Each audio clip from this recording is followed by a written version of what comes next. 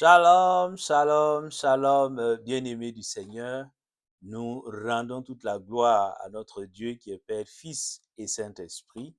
Amen. Nous le bénissons donc pour la grâce qu'il nous donne d'être en vie, d'être en bonne santé et de pouvoir ensemble nous retrouver donc pour lui adresser un culte d'adoration, car lui seul est digne d'être adoré, lui seul est digne d'être loué, lui seul est digne d'être magnifié. Amen. Et donc nous rendons toute la gloire donc à notre Dieu qui nous donne donc ce privilège-là pour continuer donc à apprendre au sujet donc de la moisson, mon frère, ma sœur. Et le dimanche passé, le Saint-Esprit nous a fait la grâce de nous enseigner donc sur la vie de moissonneur de notre Seigneur Jésus, lui qui est notre modèle parfait. Et nous voulons continuer encore donc à apprendre avec le Seigneur Saint-Esprit. Et aujourd'hui, donc, c'est un nouveau thème, tu peux le noter, et il est intitulé À l'école de Philippe, le moissonneur obéissant. Amen. À l'école de Philippe, le moissonneur obéissant. Amen. Et nous allons donc nous appuyer sur Actes chapitre 8, versets donc 37 à 38. Nous allons nous appuyer donc sur les Saintes Écritures. Que nous disent donc les Saintes Écritures donc dans ce passage, mon frère, ma sœur? Il est écrit, Philippe dit, si tu crois de tout ton cœur, cela est possible.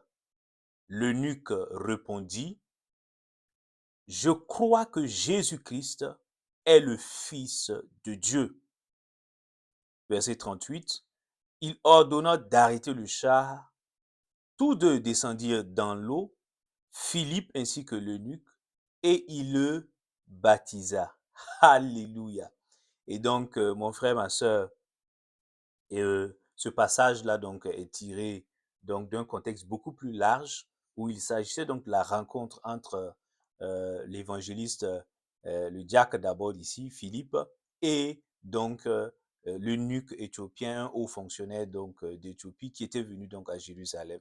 Amen. Donc il y a eu une rencontre extraordinaire au cours de laquelle donc Philippe va évangéliser donc ce haut fonctionnaire éthiopien là, et par la grâce de Dieu, donc, il va être touché.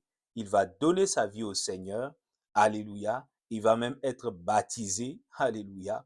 Et donc, ainsi, donc, Philippe va véritablement donc moissonner l'âme donc de cet homme-là et pour la gloire du Seigneur. Amen. Donc, Philippe est un exemple à la suite de notre Seigneur Jésus. Nous voyons Philippe, mais je tiens à préciser donc qu'il y a deux Philippe. Amen. Dans la Bible donc, il y a des homonymes. Dans la vie, il y a des homonymes. Dans la Bible également, on retrouve ces homonymes-là. Alors, il y a Philippe l'apôtre, c'est-à-dire celui qui faisait partie des 12 disciples de Christ. Voilà, il y a donc Philippe. Et il y a un autre Philippe qu'on appelle Philippe l'évangéliste ou le diacre Philippe. Alléluia. Donc, ce n'est pas le premier, on parlera beaucoup plus du second. Voilà, celui qui a été diacre avant de devenir évangéliste, on parlera de lui. Amen. Voilà, donc, mon frère, ma soeur, il est important que je précise cela pour que nous puissions avancer par la grâce de Dieu. Amen.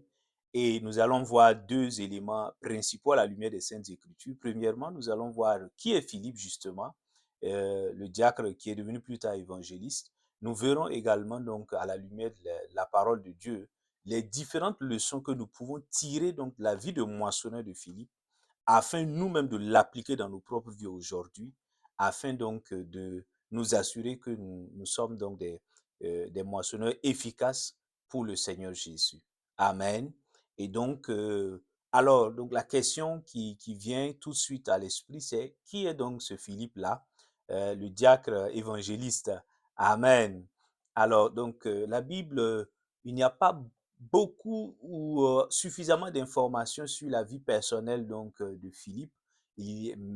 Cependant, on retrouve à la lumière donc de certains passages, on retrouve quand même quelques bribes d'informations, quelques éléments substantiels qui permettent d'avoir une idée, une certaine idée de la vie donc de Philippe.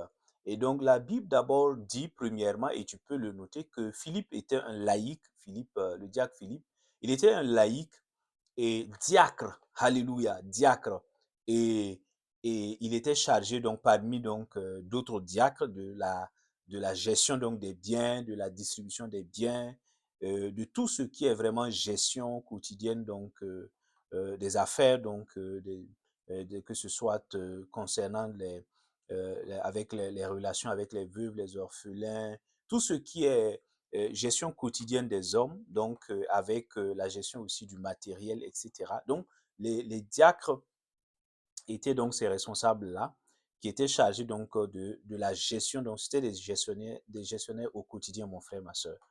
Et donc, Philippe a reçu donc cette grâce-là d'être choisi comme diacre parmi donc parmi d'autres hommes. Ils étaient 7 au total. Et tu peux le noter, nous le trouvons donc dans Actes chapitre 6, verset 5. Et à un moment donné, donc, des gens se sont plaints de la gestion, donc, des veuves, des orphelins, de comment ça se faisait. Et les disciples, les apôtres, donc, au niveau de l'église primitive, là, vont se concerter et puis donc décider donc de choisir.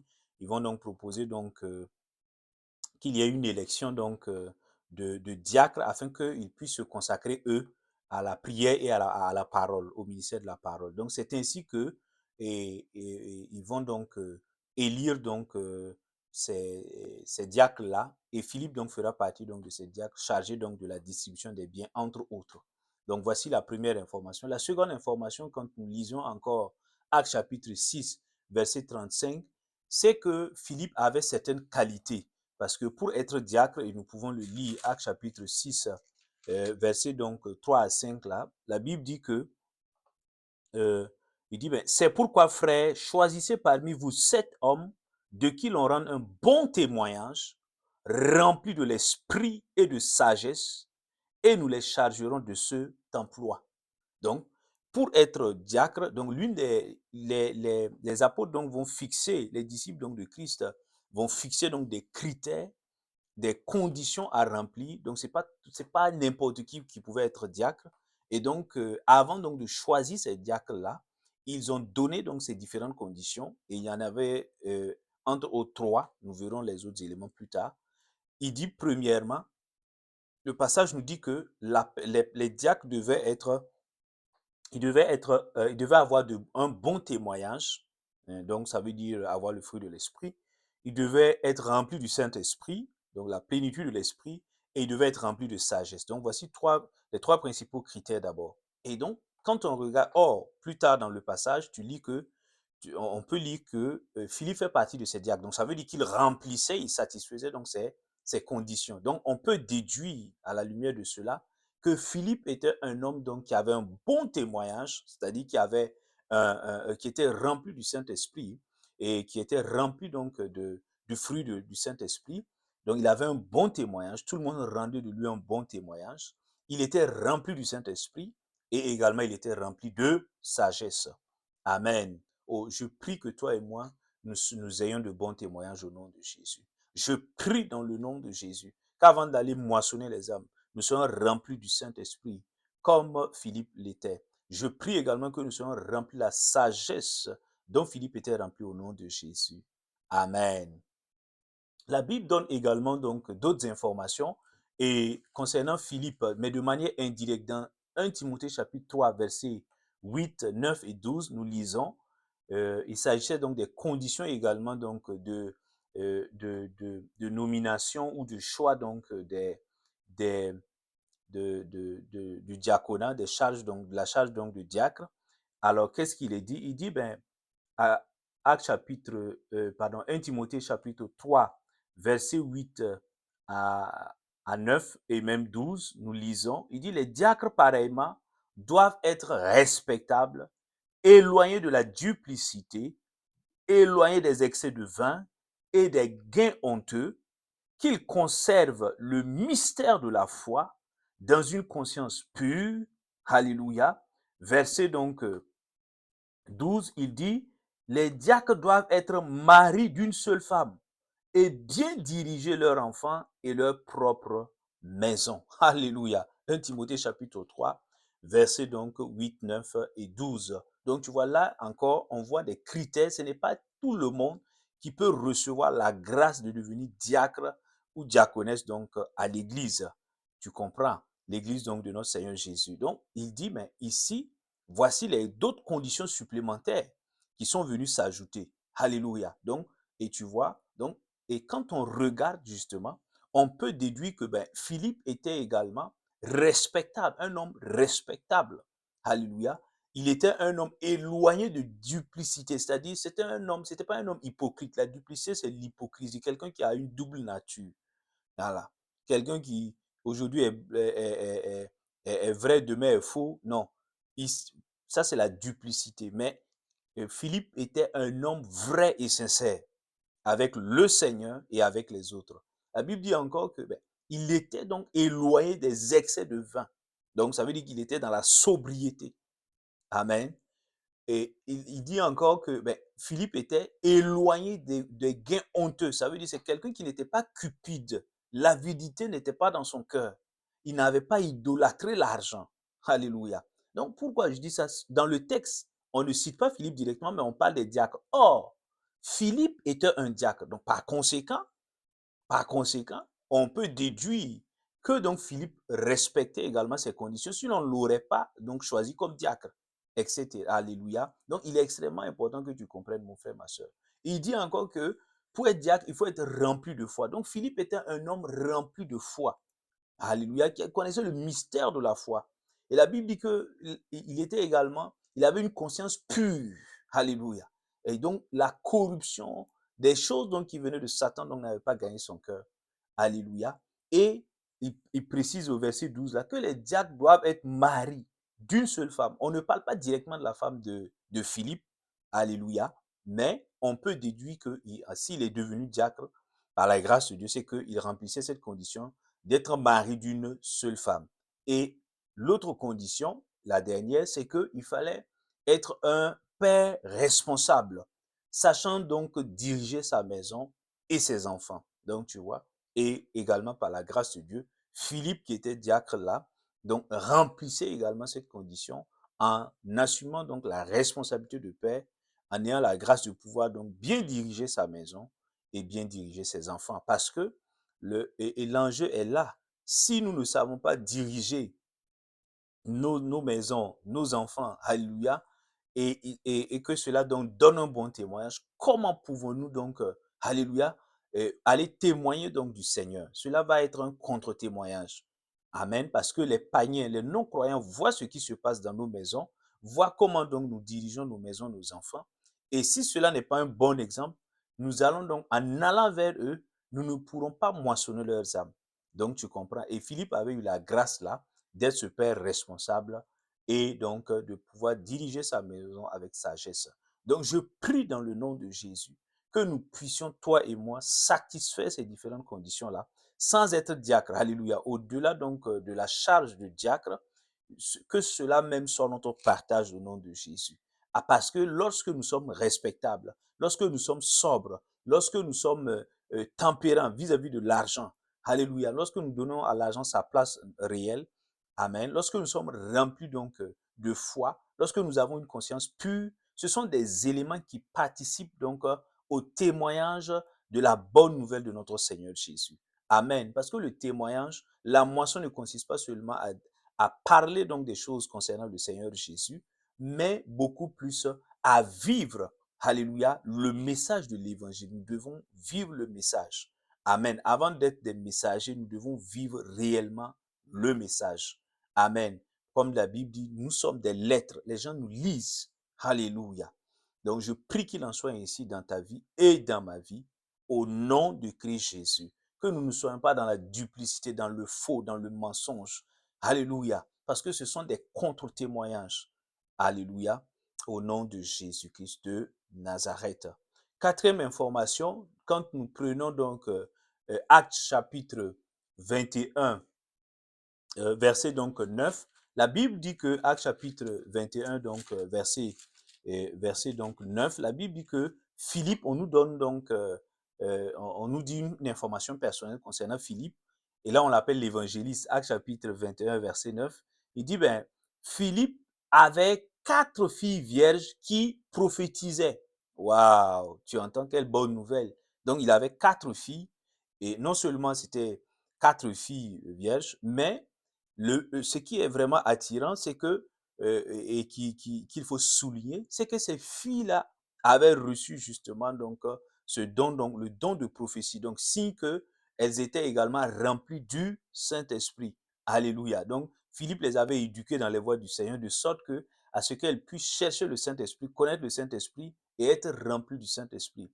Alléluia. Je prie qu'il en soit ainsi dans ta vie et dans ma vie au nom de Jésus. Que nous puissions, alléluia, pour les membres de nos familles, Philippe, c'était ses filles, mais je prie que pour toi et pour moi, que ce soit nos frères et sœurs, nos pères et mères, nos enfants, au nom de Jésus, que nous puissions être des canaux que le Seigneur utilise là pour les moissonner au Seigneur Jésus. Amen. Alléluia. Et cinquième information, la Bible dit que quand nous lisons Actes chapitre 8, verset 40, mon frère, ma soeur, il dit, Actes chapitre 8, verset donc 40, la Bible précise que Philippe était à Asdod. Asdod, c'est une ville, une des 5 villes donc des Philistins. D'accord? Donc il était là, on donne justement sa localisation là où il était. Il habitait, Actes chapitre 8, verset donc 40 dit, quant à Philippe, il se trouva dans Azote. Amen. Et ou Asdod, c'est la prononciation. Amen. Donc il était dans cette localité-là, il vivait là premièrement. Et quand on continue, la sixième information, la Bible précise maintenant qu'en temps, Philippe va connaître un déménagement, donc il va faire un mouvement, il va s'établir désormais donc à Césarée. Amen. À Césarée, qu'il ne faut pas confondre avec Césarée de Philippe, non. Césarée, c'était une localité donc au niveau de la Méditerranée. Amen. Et donc, et dans Actes chapitre 8, là, on le voit, Actes chapitre 8, verset 40, la Bible dit, quant à Philippe, il se trouva dans Azote, puis il évangélisa toutes les villes par lesquelles il passait jusqu'à son arrivée à Césarée. Jusqu'à son arrivée à Césarée. Donc, il va s'établir à Césarée. Et la Bible précise justement, septième information, que Philippe va recevoir, quand l'apôtre Paul va commencer ses missions, ses voyages missionnaires, il va donc débarquer à une certaine période à Césarée. Et l'hôte donc de Paul va être l'évangéliste Philippe, alléluia, le diacre Philippe qui va devenir évangéliste, amen. Donc, et tu peux le noter donc dans Actes chapitre 21, verset 8 là, mon frère, ma soeur, il dit, parti le lendemain, nous sommes arrivés à Césarée. Étant entrés dans la maison de Philippe, l'évangéliste, alléluia, qui était l'un des 7, tu vois, l'un des 7, Actes chapitre 6 là, ils étaient 7 qu'on a choisi pour être diacre. Donc, qui était l'un des 7, nous avons demeuré chez lui, tu vois. Donc, Philippe a fait œuvre ici d'hospitalité, mon frère, ma soeur. Et, et huitième information, la Bible dit maintenant, et à la lumière donc de ce que nous venons de lire, Actes chapitre 8 là, nous voyons donc un changement donc dans les fonctions ministérielles donc de Philippe. Il était diacre au début, il s'occupait de tout ce qui est gestion courante donc des, des choses donc du royaume, alléluia, et de l'Église de manière générale. Mais ici, avec sa fidélité qu'il va montrer donc envers donc la mission que le Seigneur lui a confiée en étant diacre là, il va prendre au sérieux cette charge là, il va prendre au sérieux donc ce ministère là et ce ministère entre guillemets. Mais et justement, qu'est-ce qui va se passer? C'est comme une promotion. Amen. Le Seigneur, donc, il va passer donc du statut de diacre à celui d'évangéliste. Dans Actes chapitre 21, on ne l'appelle plus Philippe le diacre, on l'appelle Philippe l'évangéliste. Et l'évangéliste, là, c'est un ministère. Alléluia. Les 5 ministères, tu connais très bien à Éphésiens. Donc il est maintenant pleinement ministre de Dieu. Tu comprends, mon frère, ma soeur, c'est une grâce, c'est un grand privilège. Et nous pouvons déduire que c'était à cause de sa fidélité, en raison de sa fidélité au Seigneur. Et la Bible le dit clairement, il a évangélisé. Actes chapitre 8, quand tu prends donc Actes chapitre 8, verset 5, la Bible dit que Philippe, descendu dans une ville de la Samarie, il prêcha le Christ. Donc, c'est vraiment, on le voit en train de prêcher. Et Actes chapitre 8, verset 40, là, le dit, il évangélisait toutes les villes par lesquelles il passait. Waouh, tu vois? Donc, il y avait cette onction-là, ce feu-là, la moisson, la passion des âmes, ce désir-là de moissonner les âmes pour le Seigneur Jésus. Donc, ce feu-là habitait en Philippe. Est-ce que tu vois? Cette passion était là. Ce désir-là de gagner les âmes, de moissonner les âmes pour le Seigneur Jésus. Il avait cela en lui. C'était un fardeau en lui. Arrêtons-nous et posons-nous cette question. Est-ce que toi et moi aujourd'hui, alléluia, avec nos charges quotidiennes, avec nos responsabilités au quotidien, est-ce que la moisson des âmes constitue encore un fardeau pour nous? Répondons sincèrement à cette question. Alléluia. Souvent, si nous ne faisons pas attention, nous pouvons tomber facilement, alléluia, dans des considérations égoïstes qui font que nous passons à côté de l'essentiel. L'essentiel étant la moisson des âmes pour le Seigneur Jésus-Christ de Nazareth. Alléluia. Donc, tu comprends, mon frère, ma soeur. Ici, la Bible dit que il est devenu évangéliste. Alléluia. Ce ministère-là, il est entré dans ce ministère, il a reçu donc cette onction. Et l'onction travaillait, tu vas le voir tout de suite. Amen. Le Saint-Esprit utilisait puissamment. Et donc, l'évangéliste Philippe, alléluia, pour moissonner des âmes. Mais c'est parce il a reçu ce fardeau-là et il en a fait vraiment son fardeau, qui est le fardeau du Seigneur. Il a pris le fardeau du Seigneur et nous voyons des résultats extraordinaires.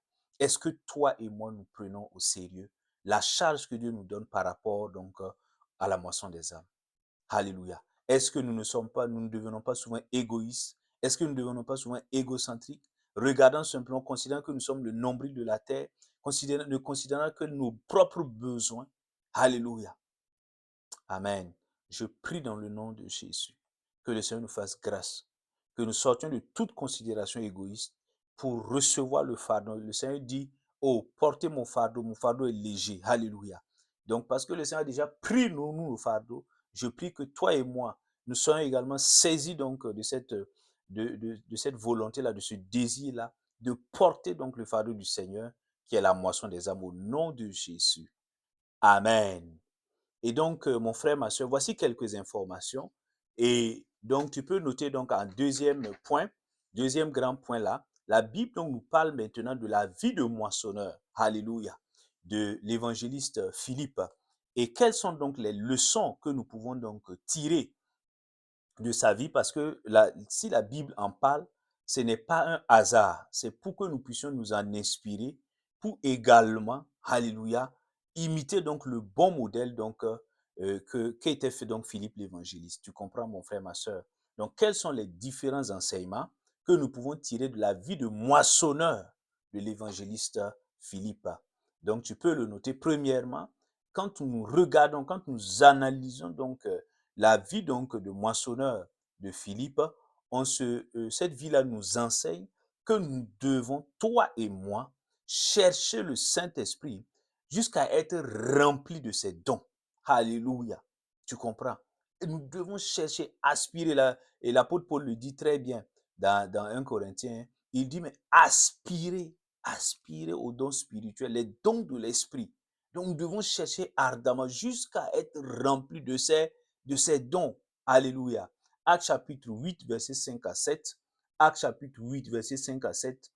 Il dit, Philippe descendu dans une ville de la Samarie, y prêcha le Christ. Les foules d'un commun accord s'attachaient à ce que disait Philippe en apprenant et voyant les miracles qu'il faisait. Car des esprits impurs sortaient de beaucoup de démoniaques en criant d'une voix forte, et beaucoup de paralytiques et de boiteux furent guéris. Et il y eut une grande joie dans cette ville. Alléluia. Tu vois, un homme rempli du Saint-Esprit, regarde les résultats. Le Saint-Esprit utilise puissamment Philippe ici. Pour faire quoi? Ben, pour guérir, tu vois les miracles. Il dit, ben, les gens voyaient les miracles que Dieu faisait à travers donc les mains de Philippe. Il y avait des miracles. Le don de miracle, c'est un don de l'esprit. Tu as lu ça dans 1 Corinthiens 12 là. Tu vois, les dons de miracle. Il dit, mais le don de guérison, des esprits impurs sortaient de beaucoup de démoniaques. Beaucoup de paralytiques et de boiteux se levaient. Alléluia, ils furent guéris. Ça, c'est le don de guérison. Est-ce que tu vois? Et le don de guérison fait partie des 9 dons de l'esprit dans 1 Corinthiens chapitre 12. Tu comprends, mon frère, ma soeur? Et donc, mais c'est pourquoi il y avait ces guérisons, pourquoi il y avait ces miracles. Alléluia. Parce qu'il y a un homme, ça appelé donc Philippe l'évangéliste, qui est allé, qui a soupiré après le Saint-Esprit, qui a fait des retraites personnelles, qui a jeûné, qui a prié, qui a fait des veillées personnelles. Alléluia. Qui est resté attaché à la parole de Christ. Alléluia. Tu as vu, il dit qu'il prêche. Donc, s'il prêche, c'est qu'il connaît. Alléluia. Et là, il est resté attaché. Et avec tous ces exercices spirituels-là, pour chercher le Saint-Esprit, l'auteur des dons, c'est lui qui donne, alléluia, qui accorde ces dons, les dons du Saint-Esprit. Donc, ce Philippe-là, il a fait cela. Et le Saint-Esprit, dans sa grâce, est venu le remplir de ses dons. Avant de le remplir de ses dons, il lui a rempli même de sa propre personne. Et maintenant, les résultats étaient extraordinaires. Les gens étaient choqués de voir les miracles par lesquels donc, le Saint-Esprit, donc, que le Saint-Esprit opérait à travers donc, la personne de l'évangéliste Philippe. Tu vois, les guérisons, on chassait. Donc, les gens ont vu ça, ils étaient non-croyants. Est-ce que tu comprends? Et ils ont dû laisser leurs fausses, d'autres étaient dans des fausses religions, dans des fausses croyances. Ils ont abandonné donc leurs fausses croyances, leur magie. Et si tu poursuis même la lecture, tu vas voir, il y a eu un magicien qui s'est converti à Christ. Il s'appelait Simon. Alléluia. Il faisait de la magie. Quand tu suis, nous n'allons pas tout lire, mais quand tu regardes les versets suivants, Alléluia, verset 9 jusqu'au verset donc 13 là, tu vois un homme magicien. Et il faisait la magie, il attirait beaucoup de disciples, il prenait beaucoup d'argent. Et quand Philippe va arriver donc sur le territoire, les miracles par lesquels Simon va se convertir, Simon le magicien va se convertir. Waouh! Oh, je prie dans le nom de Jésus que nous sortions de toute distraction, mon frère, ma soeur, pour chercher sérieusement le Saint-Esprit. Amen. Il dit, je me laisserai trouver par quiconque me cherche de tout son cœur. Est-ce que toi et moi, nous cherchons sérieusement de tout notre cœur le Seigneur Saint-Esprit? Nous examinons nos vies. C'est une question simple, sincère. Toi et moi, regardons nos vies, répondons sincèrement. Si ce n'est pas le cas, je prie dans le nom de Jésus qu'à partir de maintenant, nous nous réveillons pour chercher sérieusement le Saint-Esprit. Au nom de Jésus, Amen. Et deuxième élément, il dit, mais la vie de Philippe l'évangéliste nous enseigne que nous, toi et moi, nous devons chercher à être remplis du fruit du Saint-Esprit. Waouh! Après les dons vient le fruit. Tu vois? Donc, le fruit du Saint-Esprit. Et déjà dans Actes chapitre 6, là, verset 3 à 5, nous le lisons, il dit, ben, quand on donne les conditions pour être diacre, les apôtres précisent que il faut que la personne là, qui va être diacre, ait un bon témoignage. Qu'est-ce qu'avoir un bon témoignage, mon frère, ma soeur? Mais c'est pouvoir, c'est que les gens disent, oh, cet homme-là est rempli d'amour. C'est un homme rempli de paix, rempli de douceur, rempli de patience. Alléluia. Rempli de foi. C'est ça le bon témoignage. Même les non-croyants doivent témoigner de cela. Et Philippe avait un bon témoignage, pas seulement les frères dans la foi qui témoignaient, donc qui lui rendaient un bon témoignage. Non, même ceux qui n'étaient pas donc encore croyants en Christ là, rendaient ce bon témoignage. Et c'est l'une des raisons pour lesquelles justement on l'a choisi donc comme diacre. Tu comprends? Amen. Et il est extrêmement important. Et ça, nous le voyons déjà dans Actes chapitre 6, versets 3 à 5. Et quand tu poursuis la lecture dans Actes chapitre 8, là, versets 30 à 35, la rencontre avec l'eunuque éthiopien, Alléluia, je te dis, mon frère, ma soeur, nous voyons l'un des aspects du comportement, le caractère chrétien de Philippe l'évangéliste. Parce que à travers sa rencontre, quand tu écoutes, quand tu prêtes attention à la conversation qui s'est nouée entre Philippe l'évangéliste et l'eunuque éthiopien, tu vois là, alléluia, transparaître le caractère chrétien, un homme rempli d'humilité, un homme rempli de douceur. Il voit quelqu'un qui est ignorant, il est haut fonctionnaire éthiopien, un haut fonctionnaire éthiopien, alléluia, qui tient son Ancien Testament, qui lit le livre du prophète Ésaïe, qui n'y comprend rien, mais lui, il est rempli du Saint-Esprit, il connaît les Saintes Écritures. Il ne vient pas avec une condescendance, une certaine arrogance. Non, on le voit poser avec beaucoup, avec une douceur dans la voix. Alléluia. Il dit, mais que lisez-vous? Et il y a une discussion. Et il le prêche avec douceur. Il ne vient pas se moquer de cet homme-là qui était religieux, mais qui ne connaissait pas le Seigneur. Alléluia. Donc, il vient avec la douceur, l'humilité, et on voit justement le fruit. Tu comprends? Le fruit du Saint-Esprit, Galates 5, 22. Et nous devons nous poser toujours cette question. Il ne s'agit pas d'abord, on ne peut pas forcer les gens, on ne peut pas moissonner les gens en les forçant. C'est pas lorsque nos vies témoignent de Christ, notre caractère, notre comportement, notre attitude envers les non-croyants. Alléluia. C'est ça qui témoigne. Jésus dit, on saura que vous êtes mes disciples à l'amour. L'amour. On n'a pas dit à la haine, à l'amertume, à l'aigreur. On n'a pas dit à la violence, à l'agressivité. Non. On n'a pas dit au manque de respect, à la malpolitesse. Non. Mais regarde-toi, souvent dans nos églises, nous sommes là. Nous avons des attitudes incorrectes, des comportements incorrects, choquants à la limite, qui peuvent même bouleverser la foi de quelqu'un. Qui peut, si tu n'es pas mature, tu peux même quitter l'église. Tu peux même quitter la foi. Oui, si tu n'es pas mature, à cause de l'attitude. Et Paul le dit, il dit, je le dis à votre honte. Certains même, alléluia, se comportent de sorte que certains païens ne se comportent même pas comme ça. Paul le dit dans le livre de Galates, il dit, je le dis à votre honte. Certains d'entre vous ne connaissent même pas Dieu. Ils prétendent connaître Dieu. Ils ne connaissent pas. Pourquoi? Parce qu'ils ont une attitude et un comportement qui ne reflètent pas le fruit de l'esprit. Et souvent, nous sommes ainsi. Quel malheur! Quel malheur! Nous ressemblons aux scribes et aux pharisiens, religieux, et nous transmettons la haine, la méchanceté, la cruauté. Qu'est-ce que cela veut dire, mon frère, ma soeur? Oh, je prie dans le nom de Jésus que tel que l'évangéliste Philippe était rempli du fruit de l'esprit, que nous puissions également chercher le Saint-Esprit afin d'être remplis de son fruit, afin de pouvoir moissonner les âmes pour le Seigneur Jésus. Dans le nom puissant de Christ Jésus. Amen. Alléluia. Il dit également, et tu peux le noter, troisième point, que lorsque nous regardons Actes chapitre 6, là, versets 3 à 5, la Bible dit que quand ils ont voulu choisir les diacres, l'un des critères, c'était la plénitude de la sagesse.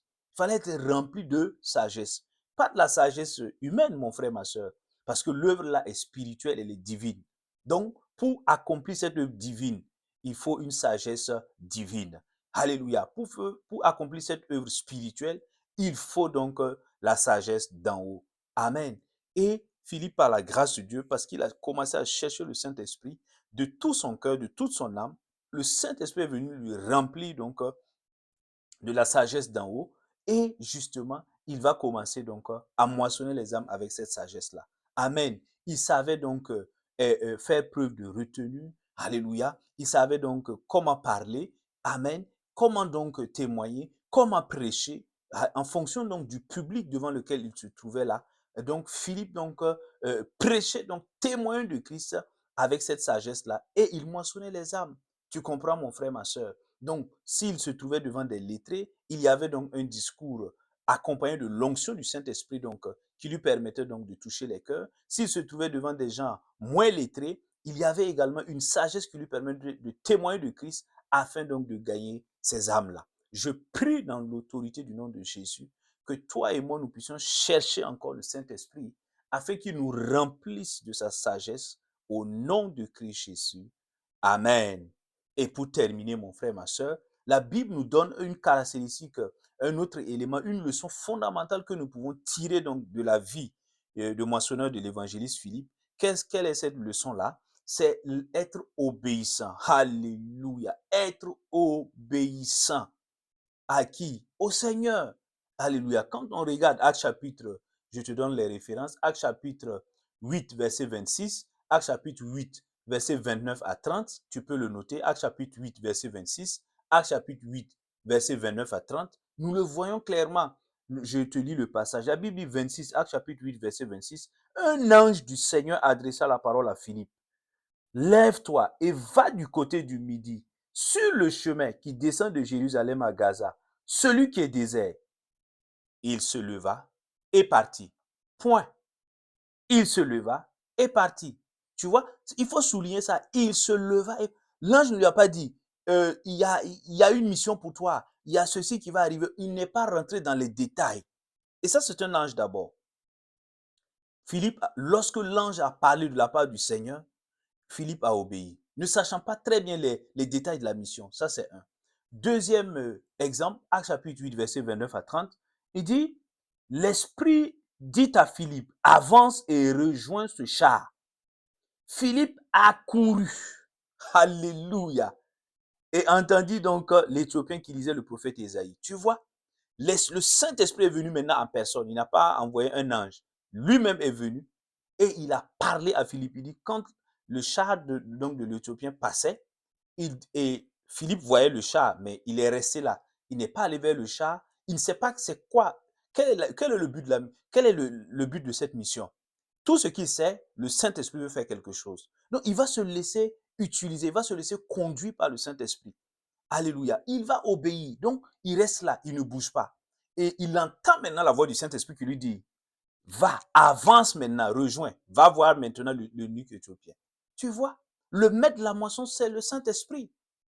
Tu vois? Donc, il ne s'agit pas de se lever avec un zèle débridé, mal placé, un zèle insensé pour vouloir moissonner les âmes.